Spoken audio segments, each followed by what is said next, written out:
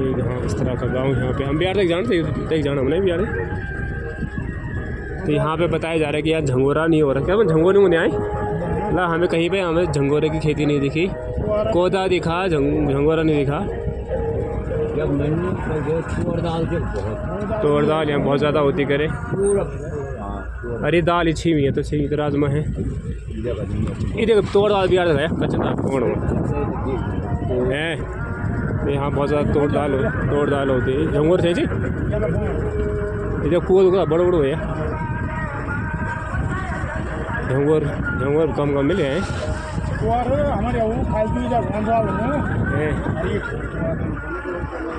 बाहर जंगल देखा मस्त मंदिर है। एक ऊपर एक मंदिर है पता नहीं जो कल से उनके बीच में एक मंदिर है।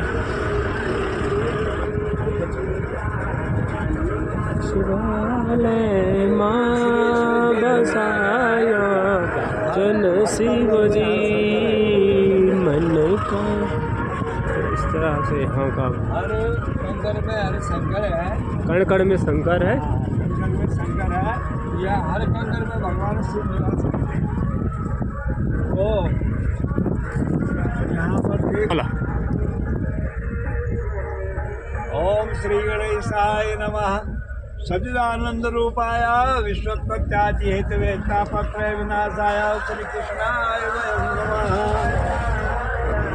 निगमकल्पतरो गलितं फलं सुखमुखादमृतं द्रवसंयुतं पिबत भागवतं रसमालयं मुहुरहो रसिका विवाहुका। हमारे सभी यात्रीगण गाड़ी में बैठे हुए हैं और कथा के इच्छुक भी हैं। तो मैं आपको बोलो एक बार सबसे पहले बोलो बद्री विशाल भगवान की जय। तो यहाँ जो है केदार खंड है बद्री का आश्रम। तो केदार खंड के अंतर्गत जो है केदार खंडे भी जो है 5 जो खंड है स्कंद पुराण के अंदर, उसमें सर्वप्रथम जो है हमारा गढ़वाल का देवभूमि का वर्णन है उत्तर भाग में, जो कि हमारे हिमवाह पर्वत जो है वो काशी विश्वनाथ इस प्रकार से है वैसे वहाँ प्राकृतिक लिंग है। और काशी विश्वनाथ भगवान जो विश्वनाथ में है रिंगालगढ़ के नीचे, और बाएं भाग में जो है माँ जगत जननी जगदम्बा माता रहती है, जहाँ पर शिला छोड़ कहा जाता है। शिला बोलते हैं पत्थर के लिए, बहुत बड़ा पत्थर है, वहाँ पर माता का अवतरण हुआ। तो इसी प्रकार से हमारे यहाँ के जितने भी स्थान है सब ग्रंथ से युक्त है। यहाँ देवभूमि में अभी हम उत्तर काशी की तरफ चल रहे हैं, उत्तर भाग की तरफ चल रहे हैं। यहाँ जितने भी देवी देवता हैं, गंगा जी जहाँ से गंगोत्री गोमुख से निकलती है और आती है बहती है, वो स्थान भी यही है। यमुना जी भी यही है, तो अगल बगल में है। तो इसी प्रकार से हम अब जा रहे हैं शेमुखेम, जहाँ शेमुखेम जो है बहुत बड़ा सुंदर दिव्य मंदिर है और भगवान की बड़ी कृपा है। पोखरी और शेमला भी बोलते हैं, वहाँ का नाम शेमला भी है। ग्राम सभा पोखरी और ग्राम सभा पोखरी भी कहा जाता है। हाँ हाँ तो हम तुम भी तो मत करो ना। तो वहाँ भगवान शेमुखेम जो है वहाँ भगवान श्री कृष्ण विष्णु अवतार को देखेंगे। कितना सुंदर नाग बना हुआ है, कितना सुंदर मंदिर है और प्राकृतिक है, आज का नहीं है, पारंपरिक जो है प्राचीन काल से ही है। ये सारे जितने भी हैं पहले से ही हैं, तो स्थापित है और किसी ने साधारण मनुष्य ने नहीं किया है। तो ये पहले से लोग जो है आते जाते हैं, क्योंकि नागरदा सबके घरों में अवतरण करता है। क्योंकि छोटे छोटे बच्चों को धागुली भी पहनाई जाती है, क्योंकि धागुली इसलिए फैला जाती है भगवान विष्णु का बच्चों का भी भगवान का ग्वाल बालों में भगवान कृष्ण ने खेला है कूदा है, इसलिए पढ़ते बच्चों के लिए लोग जो है हमारी गढ़वाल की प्रथा थी कि छोटे बच्चों को धागुली पहना देते थे, सिक्का। जब वो नानी मतलब देवता का धागला किए से नहीं चांदी का, हाँ देवता का धागुला के रूप में पहना देते थे। अच्छा, जब वो नानी के घर जाते जब हाँ जब जो है अपने नाना नानी के यहाँ जाते थे तो वो लोग मामा लोग जो है वो धागुली पहनाते थे, नाना नानी पहनाते थे। लड़की को जो है हंसुली फैलाते थे, जिसका नाम खवाली भी बोलते हैं। लड़कों को खवाली पहनता थे, कंठा पहनाते थे। तो ऐसे जो भगवान कृष्ण के जो आभूषण है, इसी प्रकार से बच्चों में भगवान है, इसलिए बच्चों को भी भगवान के रूप में माना जाता है।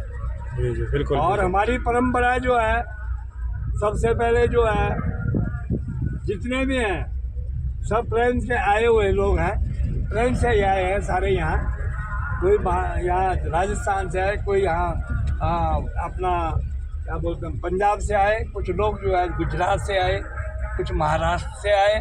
तो ऐसे से बड़े बड़े जाति के जो हमारे यहाँ हैं, तो राठौर होगा, राणा होगा, नेगी होगा, रावत हो गया और राणा हो गया, बड़ी बड़ी जात के जो है हमारे यहाँ आज भी विद्यमान लोग हैं।